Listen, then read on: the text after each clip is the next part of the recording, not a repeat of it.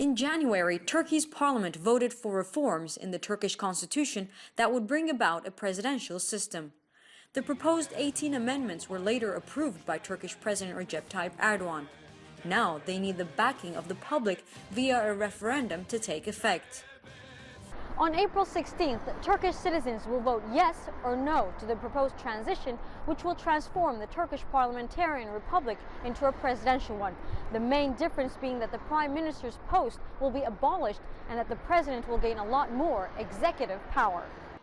Among those powers, the president would be allowed to issue decrees carrying the force of law and be able to appoint vice presidents, ministers, and state officials. The president would also have the power to dissolve parliament and declare a state of emergency. The minimum age for parliamentary candidates would be lowered to 18, and the number of MPs would increase to 600 from the current 550. In a campaign launch on Saturday by the ruling Justice and Development Party, Turkish Prime Minister Binali Yildirim called for support for a yes vote. These reforms are a historic opportunity for our country. With a strong presidency, military tutelage, military coup, and elite groups will be history. Nobody will try to interfere in the business of people and politicians elected by people. He was referring to the failed coup attempt last July.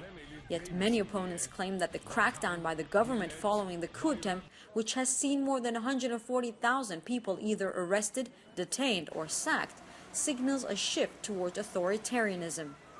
A move that was also criticized harshly by the European Parliament.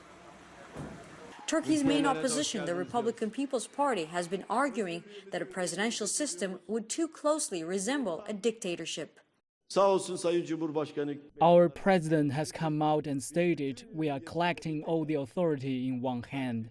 I thank him for being this open. I have been saying this is a regime change from a parliamentarian regime to a one-man rule regime. I thank President Erdogan for making this confession.